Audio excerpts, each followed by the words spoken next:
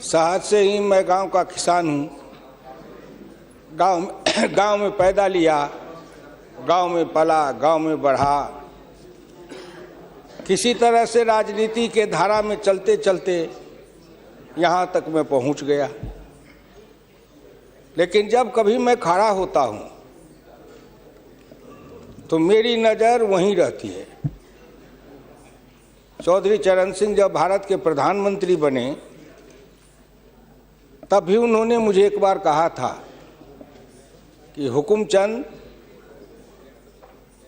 भारत का प्रधानमंत्री हूँ, लेकिन दिन में एक बार मेरी नज़र अपने गांव में चली जाती है। वही कच्ची दीवार, फूस का छप्पर, वही कच्चा कुआं, वही गाय, वही भैंस, वही बकरी, वही ज्वार, वही बाजरा। तो जो जहाँ से पैदा लेके आता है, जिस संस्कार में पलता है, आप तो संस्कृत के भी विद्वान हैं अध्यक्ष जी। मनुष्य सब कुछ भूल जाएगा, लेकिन जिस संस्कार में पला है या बढ़ा है वो कभी भूल नहीं सकता है। तो मैं तो उसी संस्कार में पला हूँ, बढ़ा हूँ। मैंने गोबर देखा, मैंने बकरी की गिनती की, मैंने भैंस की गिनती की। अब संजोग से लोकसभा में आया हूं तो वो आंकड़े की गिनती करनी पड़ती है। Fiscal deficit, revenue deficit. अब मेरे जैसा आदमी उसमें उलझ जाता है कि बकरी गिनूं कि भैंस गिनूं कि डिफिसिट गिनूं।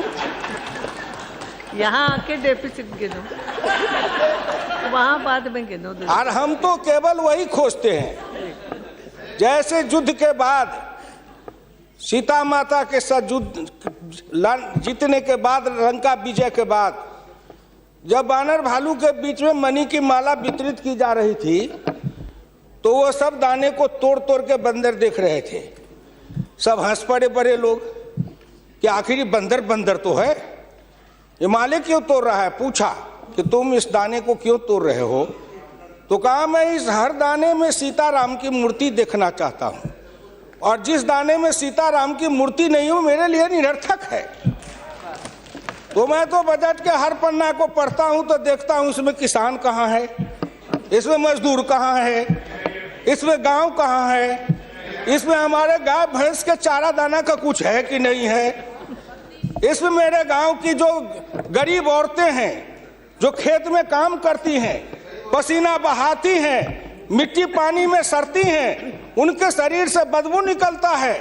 जीवन में कभी एक बार भी उनको लक्स और कौन रेक्सोना साबुन, कौन ये लिपस्टिक पाउडर, ये छूने का देखने का अवसर नहीं मिलता है। क्या उसकी दुनिया को इन्होंने देखा था? मैं उन्हीं से पूछना चाहता हूं।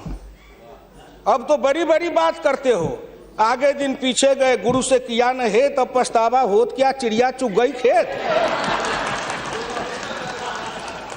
जिस समय गांव को देखना था, किसान को देखना था, मजदूर को देखना था, गरीब को देखना था, पिछड़ा को देखना था, दलित को देखना था, गांव की सड़कों को देखना था, गलियों को देखना था, कुआं को देखना था, आपने देखा क्या? आप तो देखते रहे कहीं।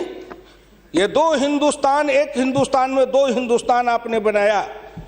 एक है भारत, एक है India, that is called Hindustan. आपने बनाया ना। मैं आज भी कहता हूं, अगर मेरे गांव के किसी को उठावे, आंख में पट्टी बांध दे, हिंदुस्तान के कहीं भी, उड़ीसा हो, बंगाल हो, कहीं हो, किसान को लावे, गांव में आंख पर पट्टी बांध दे और एक बार इंडिया गेट पर उसकी आंख को खोल दे, उसको लगेगा कि हम स्वर्ग में चले आए, कि बैकुंठ में चले आए, कि इंद्रपुरी चले आए। इतना का अंतर है। मैं 1977 में एमएलए बन के आया, इंडिया गेट के किनारे पैदल टहल रहा था, एक बड़ी गाड़ी में एक बड़ा कुत्ता जा रहा था, वो अपने मुंह को निकाल के जी लपलपाते जा रहा था। मैं गाँव का आदमी खड़ा होकर सोचने लगा, कुत्ता जरूर कुछ कह रहा है। मैं एमपी था, कभी दिल्ली देखा नहीं था। मेरे अंदर से आवाज आई कि कुत्ता कह रहा है, क्या है तू गांव का किसान, गरीब, मजदूर, पिछड़ा, दलित, तू क्या जन्म लेके करने आया है? तुझसे मैं सौभाग्यशाली हूं। देख, मैं ठंड गर्म गाड़ी में बैठा हूं, केक खाता हूँ, ऑमलेट कटलेट खाता हूँ, गद्दे पर सोता हूँ। तुमने देखा हिंदुस्तान, तुमसे अच्छा मैं हूँ। उस दिन मुझे लगा कि इस हिंदुस्तान के बड़े लोगों के कुत्ते भी मुझसे अच्छी जिंदगी जी के रहे हैं और मुझे उस जिंदगी से भी बदतर जिंदगी जिलाने वाले कोई नहीं है, आप हैं। राज किया है आपने। मैं आंदोलन किया, जेल में गया, जेल में सराया।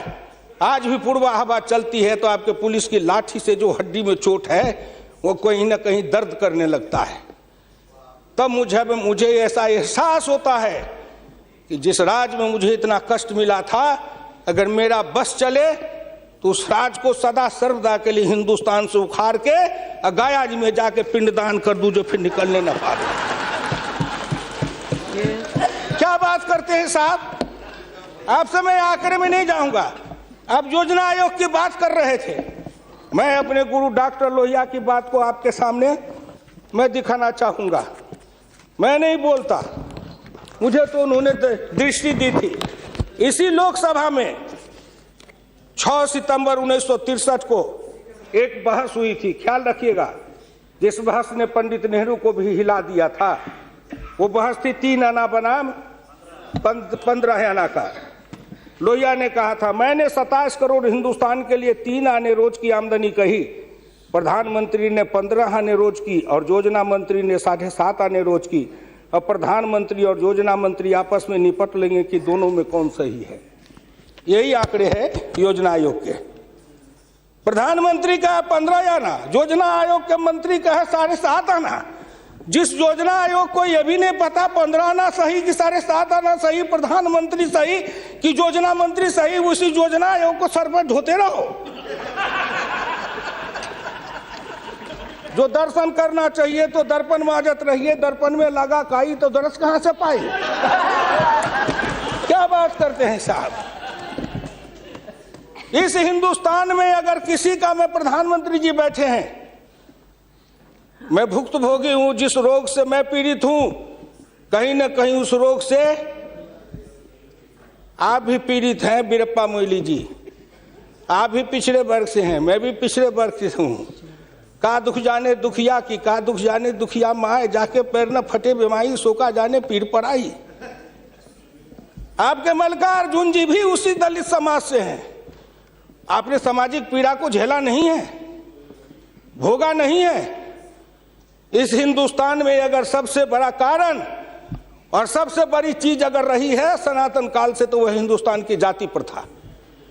उस जाति प्रथा के कारण क्या क्या नहीं भोगा हमने और क्या नहीं भोगते हैं। अभी अभी चुनाव हो रहा था, श्री नरेंद्र मोदी जी के लिए कोई कह रहा था, मेरे ऑफिस के आगे चाय की दुकान खुलवा देते हैं, फुटपाथ पर जाओ चाय की दुकान के लिए दुकान दे देते हैं। और कुछ कहने के लिए नहीं मिलता है लोगों को, नहीं मिलता है क्या? क्यों उपहास करते हो? मैं लोकसभा में हूं, अगर कोई कहे, शरद यादव गए थे चुनाव लड़ने के लिए अमेठी में, लोकदल से नारा लगा था, शरद यादव वापस जाओ, लाठी लेके भैंस चराओ।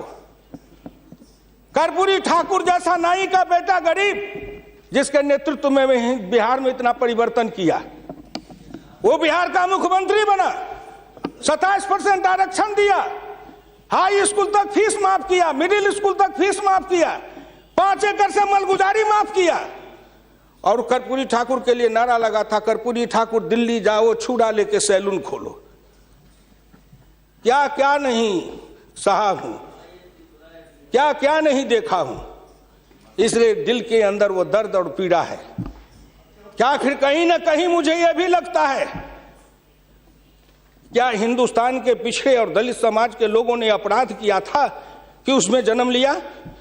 किसी ने भगवान के यहां दरखास्त दिया था कि मुझको तेली बना दो, मुझको लोहार बना दो, मुझको कुर्मी बना दो, मुझको कहार बना दो, मुझको अहिर बना दो, मुझको कलवार बना दो? कोई दरखास्त देके तो नहीं आया।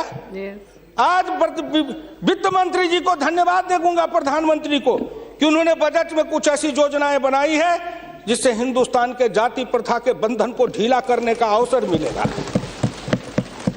जब उनकी आर्थिक चेतना बढ़ेगी, आर्थिक विकास होगा कब? जब गांव में पैसा जाएगा तब, गरीब के हाथ में रोजगार जाएगा तब, उनकी आर्थिक उन्नति होगी तब। तब कहीं जाके उनके जीवन में विकास होगा। आपने सोचा कि गांव का विकास कैसे होगा? क्या प्रधानमंत्री ग्रामीण सिंचाई योजना कोई मामूली है? खर्च पर पाबंदी लगाते हुए डॉक्टर लोहिया ने इसी लोकसभा में बहस करते हुए पंडित नेहरू से कहा था, मैं कुछ नहीं चाहता, एक काम कर दो, सारे लोगों के, बड़े लोगों के खर्च पर सीमा लगा दो, आय पर, आमदनी पर नहीं, खर्च पर सीमा लगाओ, इससे अधिक खर्च नहीं करेगा, और उससे जो पैसा बने उसके एक सिंचाई योजना बनाओ और 20 साल का बॉन्ड बनाओ। मैं कुछ नहीं कहता, केवल हिंदुस्तान के हर खेत में पानी पहुंचा दो, हिंदुस्तान की तरक्की हो जाएगी। डॉक्टर लोहिया इसी सदन में कहे थे। वो तो अग्रवाल थे, बनिया थे, उनको क्या जरूरी थी इस बात को बोलने का? लेकिन मैं कहता हूं कि हिंदुस्तान के गरीब, निर्धन, निर्बल और पिछड़ों का इस युग में अगर एकमात्र राजनीतिक मसीहा पैदा कोई लिया तो डॉक्टर राम मनोहर लोहिया थे, जिन्होंने जगाया, नेतृत्व को पैदा किया गांव के गली से। इसलिए मैं आपसे विनम्र प्रार्थना करना चाहता हूं कि अगर प्रधानमंत्री ग्रामीण सिंचाई योजना से हर खेत को पानी, हर हाथ को काम, दीनदयाल उपाध्याय जी ने कहा, डॉक्टर लोहिया ने कहा, 1 बीघा खेत और 1 गाय, अपनी खेती अपनी राय। हम तो ये लड़ते आ रहे हैं और आज वो सपना साकार हो रहा है। इसलिए मैं आपसे विनम्र प्रार्थना करना चाहूंगा कि सवाल है दृष्टि का, दिशा का और संकल्प का। आपकी दृष्टि कुछ और थी, अब दृष्टि बदली है। हिंदुस्तान के गांव के गरीब, पिछड़े दलितों ने मिलकर कन्याकुमारी से कश्मीर तक, कामरूप से द्वारका धाम तक, इस आसान के साथ आपके शब्दों में, जिनको आप अपने ऑफिस के आगे चाय की दुकान खुलवा रहे थे, वो चाय की बेचने वाला, रेल के फुटपाथ पर पानी पिलाने वाला गरीब, निर्धन, जिनकी मां मजदूरनी का काम करती थी, ऐसे के बेटा को भारत का प्रधानमंत्री की कुर्सी पर बैठाया कि नरेंद्र मोदी आएगा, भारत का प्रधानमंत्री बन जाएगा, गांव गरीब, किसान, मजदूर के भाग्य चमक जाएगा। उन्होंने इसलिए सपना को देखा है। वो हो जाएगा क्या? ये 9 महीना में हो जाएगा। आप नेता बोलते थे, मैं सुन रहा था, मुलायम सिंह आदरणीय बोल रहे थे, मेरे साथी हैं, बरसों तक समाजवादी आंदोलन में लड़े, कि 9 महीना में तो बच्चा पैदा हो जाता है। मैंने कहा कितनी वैज्ञानिक बात कर रहे हैं, ये तो वैज्ञानिकता है, प्रकृति का नियम है, 9 महीना में बच्चा पैदा होता है। लेकिन जो बच्चा पैदा होता है, क्या वो बच्चा 9 महीना में फिर बच्चा पैदा कर देगा क्या?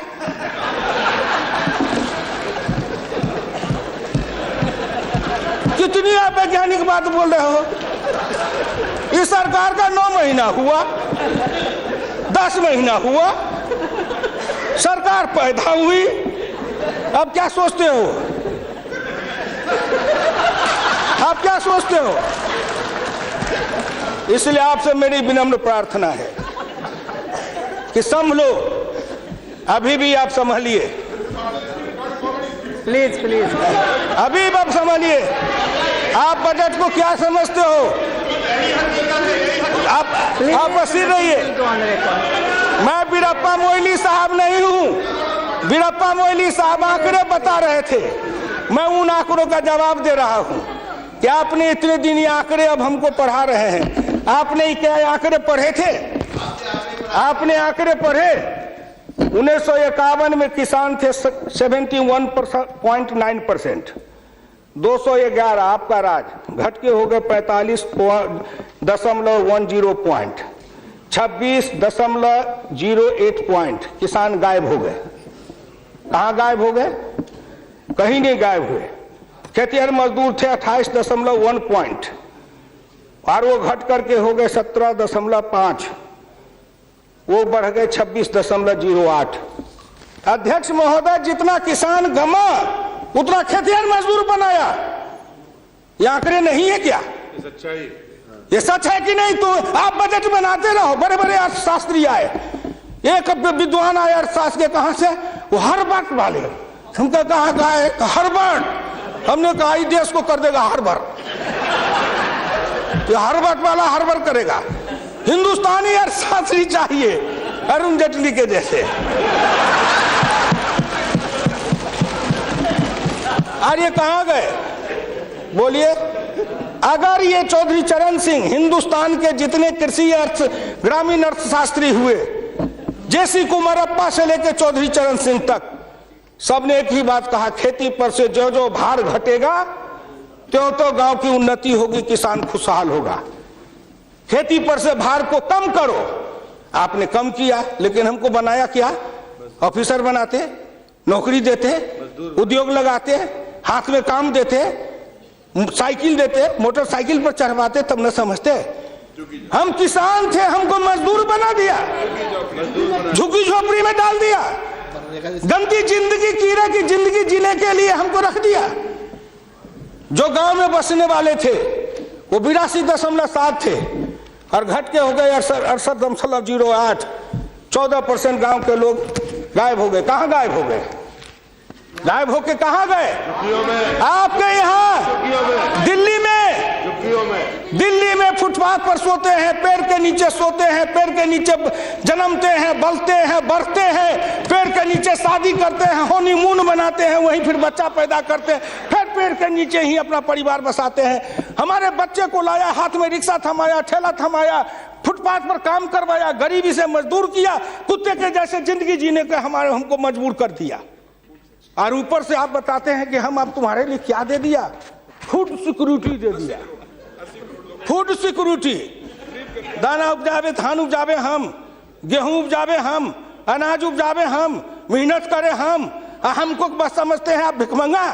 फूड सिक्योरिटी, हर आदमी पर 1 किलो चावल और 3 किलो गेहूं देंगे। आप बड़े बड़े बड़े बजट वाले और शास्त्री वाले हैं, महीना में 1 किलो चावल खा के रहो, एक आदमी 3 किलो गेहूं खा के रहो। ये गरीबी का उपहास है, हमारी निर्धनता और गरीबी का उपहास है।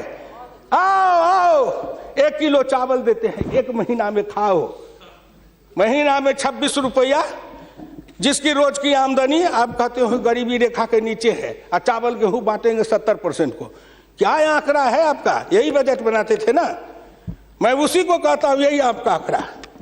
गरीबी, चावल गेहूं खाए 70-80%, हमको कहो गरीबी की रेखा के नीचे है 26%।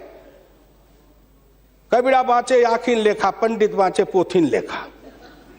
हम तो आंख से जो देखते हैं वो बोल रहे हैं। आपने क्या किया? हम कम किए, कहते हैं किसान किसान किसान किसान विरोधी है। हिंदुस्तान में 90-91 में 185.2 मिलियन हेक्टेयर खेती की जमीन थी, और आपके राज्य में 2011-12 में 182 मिलियन हेक्टेयर हो गई। ये जमीन कहाँ गई? हम खा गए? हमारे गांव के लोग खा गए? कौन खा गए? जो खाए हो।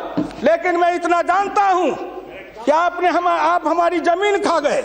और दूसरे तरफ जो गैर कृषि योग्य भूमि थी 90-91 में 21.22 मिलियन हेक्टेयर, 11-12 में हो गए 26.29 हेक्टेयर। गैर कृषि योग्य भूमि बढ़ी है, कृषि योग्य भूमि का ह्रास हुआ। उल्टे बात कहीं पर निगाहें, कहीं पर निशाना। न कुछ मिले तो कुछ कहिए, न कुछ मिले तो विरोधी में गए तो कुछ न कुछ तो कहना है ना, नहीं तो दुनिया कैसे देखेगी कि विरोधी का काम कर रहे हैं। इसलिए आपसे मेरी विनम्र प्रार्थना है, अगर विरोधी का काम भी करना है तो आप अपने नेताओं को कहिए कि कुछ दिन हमारे पास आए, 6 महीना ट्रेनिंग दे देंगे कि हम विरोधी थे तो क्या करते थे। अरे नाटक भी करिए तो किसी डायरेक्टर से सीख तो लीजिए। जो गरीबी का डायरेक्टर है उससे सीखे नहीं, और गरीबी का नाटक खेल रहे हैं। एक गांव में नाटक में हनुमान जी का पाठ करने वाला नहीं आया। उसने सोचा कि आज तो नाटक नहीं होगा। एक बहुत मोटा तगड़ा दुकानदार था, उनको पकड़ लाया, कहा तू नाटक कर, केवल खड़ा रहना। और जब वो खड़ा होकर पाठ करने लगा तो रावण ने डांट के कहा कि कहाँ गए, लाओ तेल घिलाओ, इसके पूंछ में आग लगाओ। उसको हुआ कि अब तो जल के मरेंगे। तो कहा हजूर हम तो हनुमान जी नहीं है, हम तो बनिया है, अपनी दुकान चला रहे थे। वैसे ही आप नाटक करिएगा। इसलिए आपसे मेरी विनम्र प्रार्थना है, आपसे मेरी विनम्र प्रार्थना है कि इसको देखिए। दिशा, जब तक आपके पास में दृष्टि नहीं बनेगी, आपकी दिशा नहीं ठीक थी, आपकी दृष्टि नहीं ठीक थी, तो आप संकल्प क्या कर रहे थे? चलता है सब, आप कहे कि हम भी चले, आपका बजट चला, आपकी अर्थनीति चली, आर्थिक विषमता, सामाजिक विषमता, राजनीतिक विषमता, प्रशासनिक विषमता, क्या मैं पूछता हूं कि आपके किसी बजट से इन विषमताओं को अंत करने के लिए कोई काम किया? नहीं किया। इसलिए हमारे गुरु डॉक्टर लोहिया कहते थे कि हिंदुस्तान में जब तक जाति प्रथा है और जब तक इस जाति प्रथा का रोग रहेगा तब तक हिंदुस्तान का कल्याण नहीं होगा। भ्रष्टाचार के पीछे भी जाति प्रथा है। कोई माननीय प्रधानमंत्री बैठे हैं, हिंदुस्तान के अंदर किसी को अगर चाहेंगे कुछ कर दे, प्रधानमंत्री रहते हुए क्या है जो कर देंगे? जिस जात का सरकारी नौकर होता है, मैं भी इतने दिन तक 54 वर्ष रह के देखा, मंत्री रह के देखा, जिस जात का सरकारी नौकर, उसके ऊपर कलम उठाइए तो उसके जात का न जाने कहां से कहां सभी जगह से लोग आ जाते हैं उसको बचाने के लिए। जात पर हमला, अगर किसी बेईमान पर हमला है तो जात पर हमला, किसी भ्रष्टाचारी पर हमला है तो माना जाता है जात पर हमला है। इस जात को तोड़ने के लिए सबसे बड़ा कदम उठाना पड़ेगा। मैं वित्त मंत्री जी को धन्यवाद देता हूं, प्रधानमंत्री जी को, कि कुछ योजनाएं ऐसी आई हैं, लेकिन मैं एक प्रार्थना करूंगा। हमको कहते हैं कि आरक्षण की बात मैं कहता हूं शुरू दिन से, सदन सहमत हो और आप भी सहमत हो तो प्रधानमंत्री जी से कहूं कि तुरंत लागू करिए। लेकिन इसमें सहमति का सवाल है, राष्ट्रीय सहमति, सदन की सहमति, आपकी सहमति। सब आरक्षण मेरा खत्म कर दीजिए, लेकिन एक कर दीजिए, सरकारी नौकरी और सरकारी सेवा, इन दोनों के लिए अंतर जातीय विवाह को अनिवार्य करिए। न रहेगी जाति, न रहेगा बांस, न बजेगी बांसुरी। जातियां टूटेगी, अंतर जातीयता के कारण हिंदुस्तान में एक जाति बनेगी, वह जाति बनेगी भारतीय, वह जाति बनेगी मानव जाति। इन जातियों के रेखा को तोड़िए। इसके लिए अगर कर सकते हैं तो आप सहमत है तो बोलिए। आप कहते हैं गरीब और अमीर मिटा देंगे, लेकिन न्यूनतम और अधिकतम की रेखा तय कर दे, यह सरकार करना चाहे, नरेंद्र मोदी जी चुटकी में कर देंगे, क्योंकि इनका क्या बिगड़ेगा? इनका कुछ नहीं बिगड़ेगा। नरेंद्र मोदी जी अगर न्यूनतम और अधिकतम की रेखा तय करेंगे तो इनका कुछ जाएगा, न परिवार का जाएगा, न बाल बच्चे का जाएगा, किसी का कुछ नहीं बिगड़ने वाला है। लेकिन चिल्लाने लगेंगे तो हम 100 से कम न 1000 से ज्यादा समाजवाद का यही तकाजा। बड़े समाजवाद की बात करते हैं, मैं ज्यादा समय नहीं लूंगा। मैं इनको समाजवाद की बात अपने गुरु डॉक्टर लोहिया की पढ़ के सुना दूंगा। और हमारे कुछ समाजवादी हैं, अब वो तथाकथित समाजवादी हो गए हैं। समाजवादी तो रहे नहीं, लेकिन तथाकथित हैं। आप मुझको कह देंगे कि आप भाजपा में चले गए, मैं भाजपा में क्यों आऊं? आपके ऐसे दल बने, इस दल के टुकड़े 1000 हुए, कोई यहाँ गिरे, कोई वहां गिरे। मैं कहाँ दौड़ा फिरता, मैं चला आया भाजपा में। मैं भारतीय जनता पार्टी के नेताओं को धन्यवाद देना चाहता हूं कि हुकुमदेव नारायण 3 बरस से ज्यादा किसी पार्टी को दुरुस्त नहीं रहने देता था। आज 20 बरस से भारतीय जनता पार्टी में अटल अटक खड़ा हूं। इस पार्टी में जब तक कोई ताकत नहीं है, अडवाणी जी में, अटल जी में, नरेंद्र मोदी जी में, इन सब लोगों में जब कोई गुण नहीं है, तो मेरे जैसे उदंड आदमी को 20 वर्ष तक अपने पिंजरे में रख लिया है, कोई साधारण योग्यता है? इस बात को समझो। मैं आखिरी में कहूंगा अध्यक्ष महोदय, समाजवाद हर किसी से अन्य सिद्धांत की तरह एक होता है थोक, एक होता है फुटकर, एक होता है सगुन, एक होता है निर्गुण, एक होता है सिद्धांत, एक होता है कार्यक्रम। समाजवाद से एक सीढ़ी नीचे उतरो, उस सीढ़ी का नाम है बराबरी। उस बराबरी से एक सीढ़ी नीचे उतरो। गौर करिएगा कौन कौन बराबरी?